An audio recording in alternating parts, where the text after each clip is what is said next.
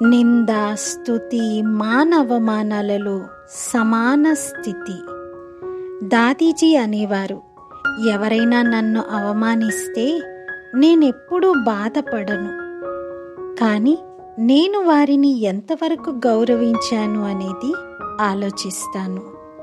ఒకవేళ నన్ను అవమానించే వారిపైన నాకు కోపం వస్తుంది అంటే దానర్థము నేను గౌరవం యొక్క ఆకలి దప్పికతో ఉన్నాను అని.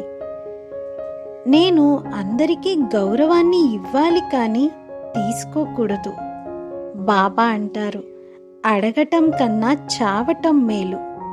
నేనైతే దాతా సంతానాన్ని నేనెందుకు తీసుకోవాలి?